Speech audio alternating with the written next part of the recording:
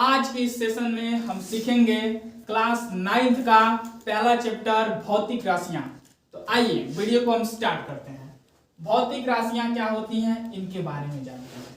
तो भौतिक राशियां वे राशियां होती हैं जिनका मापन प्रत्यक्ष अथवा अप्रत्यक्ष रूप से किया जा सके, उन्हें हम भौतिक राशियां कहते हैं। अभी एक शब्द हमने सुना जिसका नाम है क्या? मापन। मापन यानी कि मेजरमेंट,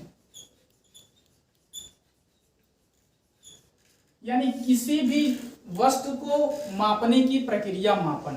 जैसे मान लीजिए हमें अगर दुकान से चीनी लेना हो तो हम जाके कहेंगे 1 लीटर चीनी ले लीजिए। हाँ, अच्छी बात है ना?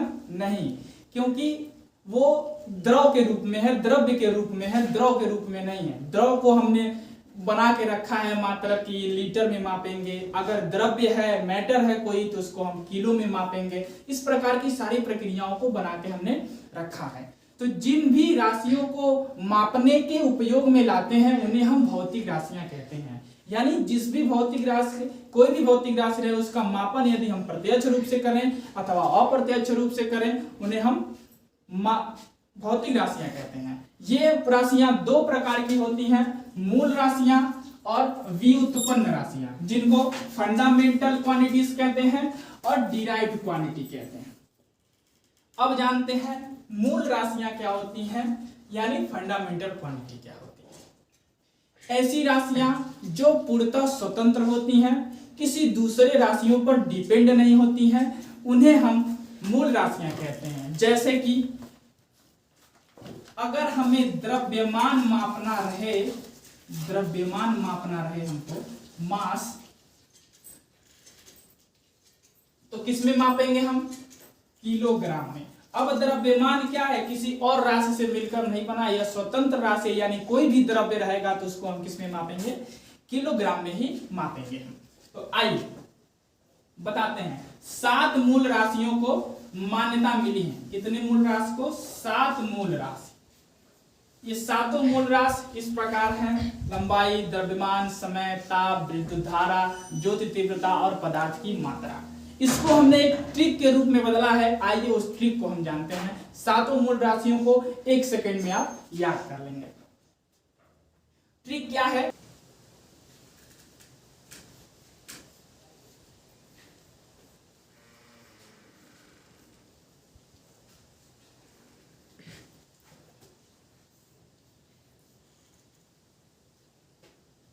ट्रिक हमारा क्या है?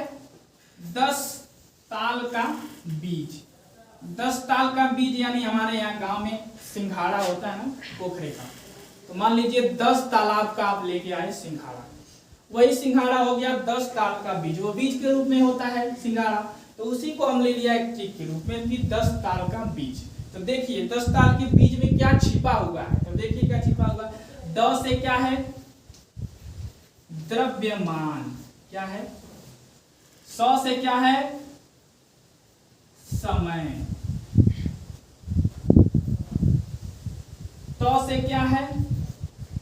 ताप। 100 से क्या है?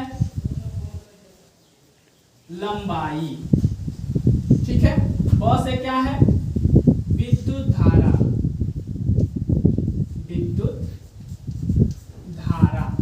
ज्यो से क्या है? ज्योति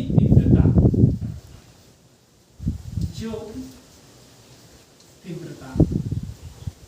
अब देखिए 1 2 3 4 5 6 और 7वां हमारा होता है पदार्थ की मात्रा। क्या होता है? पदार्थ की मात्रा। क्या होती है? पदार्थ की मात्रा।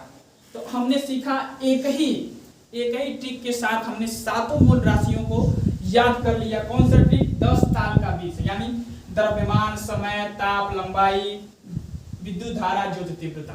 इस प्रकार भी याद कर सकते हैं: लंबाई, द्रव्यमान, समय, ताप, विद्युत धारा, ज्योति तीव्रता और पदार्थ की मात्रा। इस प्रकार से हम सातों मूल राशियों का अध्ययन कर सकते हैं। ठीक है। अब जानते हैं हम व्युत्पन्न राशि क्या होती है। वे भौतिक राशियां जो मूल राशियों से उत्पन्न होती हैं या मूल राशियों पर निर्भर होती हैं, उन्हें हम व्युत्पन्न राशियां कहते हैं। या जो राशियां मूल राशियों से मिलकर बनी होती हैं उन्हें हम कहते हैं व्युत्पन्न राशि। जैसे मान लीजिए क्षेत्रफल है, क्षेत्रफल क्या होता है, लंबाई गुणा में क्या, चौड़ाई, यही हम पढ़ते हैं। तो अब देखिए व्युत्पन्न राशि में लंबाई आ गया, तो लंबाई अभी हम पढ़े कि लंबाई क्या है, हमारा मूल राशि है। चौड़ाई हमारा क्या है, ये भी मूल राशियों के अंतर्गत आ रही है, काहे कि लेंथ मापने का कार्य आ रहा है, तो ये किस में आ गया, व्युत्पन्न राशि में आ गया। यानी क्षेत्रफल यदि हमको मालूम करना हो तो लंबाई गुणे चौड़ाई।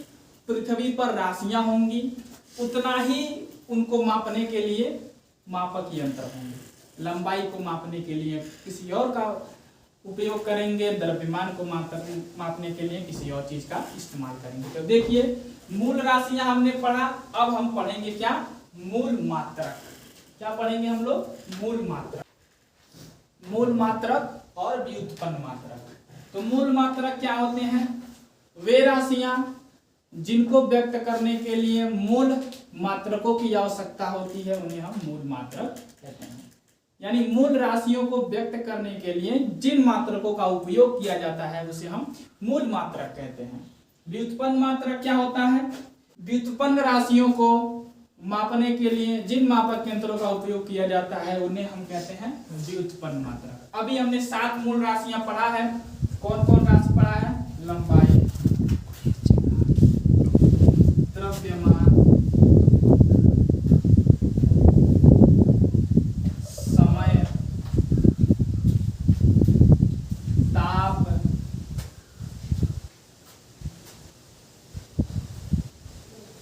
विद्युत धारा, ज्योति, तीव्रता, पदार्थ की मात्रा। ये हमारी 7 प्रकार की मूल राशियां हैं। और मूल राशियों को व्यक्त करने वाले या मापने वाले यंत्रों को हम कहते हैं मूल मात्रक। अब देखिए लंबाई को हम किस में मापेंगे, जरा सी बात है, इसको हम मीटर में मापेंगे। किस में, मीटर। तो लंबाई का मात्रक क्या हो जाएगा, मीटर। तब दुकान पे जाएंगे तो हम ये नहीं ना कहेंगे 1 लीटर कपड़ा दीजिए, क्या कहेंगे, हमको 1 मीटर कपड़ा दीजिए। तो क्या हो गया, लंबाई को मापने के लिए मीटर का इस्तेमाल किया जाता है। द्रव्यमान जो बताया चीनी वाला, तो इसको मापने के लिए हम किसका उपयोग करेंगे, किलोग्राम का, किलोग्राम का। समय को मापने के लिए सेकंड का उपयोग करते हैं, इसका उपयोग सेकंड का। टेम्परेचर मापने के लिए इसका हाईएस्ट मात्रक लिया जाता है केल्विन, इसका केल्विन, केल्विन। इसको डिग्री के से रिप्रेजेंट करते हैं। इसको ईस्वी भी लिख सकते हैं, किलोग्राम को आप केजी लिख सकते हैं, मीटर को आप यम लिख सकते हैं। विद्युत धारा को मापते हैं एम्पियर, किसमें मापते हैं, एम्पियर में मापते हैं, इसको एएमपी लिखते हैं। ज्योति तीव्रता यानी ल्यूमिनस इंटेंसिटी, इसको मापने के लिए कैंडिला का उपयोग किया जाता है। किसका, कैंडिला, इसको सीडी से हम रिप्रेजेंट करते हैं। और पदार्थ की मात्रा को हम मोल से डिनोट करते हैं, मोल, मोल। तो हमने समझा क्या, मूल राशियां क्या होती हैं, वे राशियां जो स्वतंत्र अवस्था में पाई जाती हैं, किसी दूसरे राशि से मिलकर नहीं बनी होती हैं, उन्हें मूल राशियां कहते हैं। अब मूल राशियों को व्यक्त करने वाले मात्रकों को हम मूल मात्रक कहते हैं। जैसे हमारे पास 7 मूल राशियां हैं, लंबाई, द्रव्यमान, समय, ताप, विद्युत धारा, ज्योति तीव्रता, पदार्थ की मात्रा। इनको मापने के लिए मूल मात्रकों का उपयोग किया जाता है, जो कि है metre, kilogram, second, kelvin, ampere, candela और मोल। ये हमारा हो गया मूल मात्रक और मूल राशियां।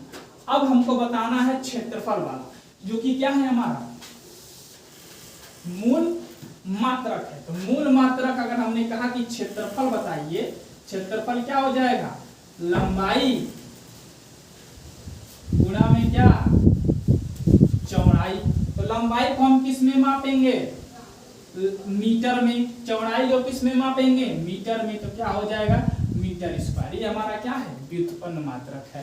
क्यों व्युत्पन्न मात्रक है, क्योंकि ये मूल राशियों पर डिपेंड होते हैं। देखिए क्षेत्रफल क्या हो गया, लंबाई चौड़ाई हो गया ना। Thank you.